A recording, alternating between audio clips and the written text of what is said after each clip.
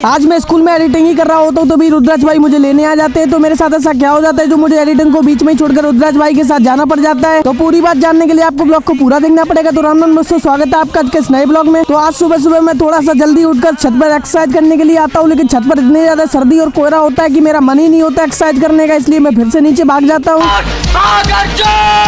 फिर मैं घर के बाहर आकर देखता हूँ तो आग जल रही होती है। तो सुबह के टाइम पर मीटिंग लगी होती है, तो मैं भी मीटिंग को ज्वाइन कर लेता हूँ। जो गाँव में रहता है उसको पता हुआ कि मीटिंग में कितना मजा आता है। गार्डन हो रहा है, बहुत मजा आ रहा है यहाँ पे। फिर 10 बज जाते हैं और भैया को भी दुकान खोलनी होती है और मुझे भी स्कूल जाना होता है, इसलिए मैं नहा धोकर जल्दी से तैयार हो जाता हूँ। मैं नहा ही लेता हूँ क्योंकि आप लोग तो नहाओगे नहीं। गजब बेइज्जती है।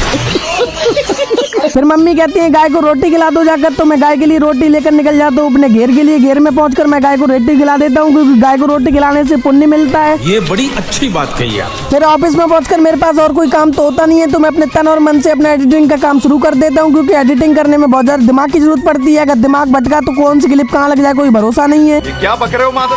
एडिटिंग करते करते मूड खराब हो जाता है, इसलिए अपने मूड को फ्रेश करने के लिए मैं पीछे ग्राउंड में आ जाता हूँ जहाँ बिल्डिंग बनने का काम चल रहा था। काम काफी तेजी चल रहा था क्योंकि इसका जल्दी उद्घाटन होने वाला है। ये तो लेटेस्ट न्यूज़ है। मैं अपना काम कर ही रहा होता हूँ, तभी रुद्राज भाई की कॉल आ जाती है कि स्कूल के बाहर आ जाओ, दुकान पर चलना है, थोड़ा जरूरी काम है। तो मैं बाहर आ जाता हूँ, फिर निकल जाता हूँ रुद्राज भाई के साथ अपनी दुकान के लिए। अभी मैं अपने ऑफिस में अकेला होता हूँ, तो मैं अपना सारा काम खत्म कर लेता हूँ। उसके बाद मैं अपने पीसी को शट डाउन कर देता हूँ क्योंकि अभी 5 बज रहे होते हैं और मुझे अभी दुकान पर भी जाना है। का सुनने का गाना। तो फिर बिना समय को बर्बाद करते हुए मैं अपना बैग उठाकर ऑफिस की सारी लाइट्स वगैरह बंद करके मैं निकल जाता हूँ अपनी दुकान के लिए।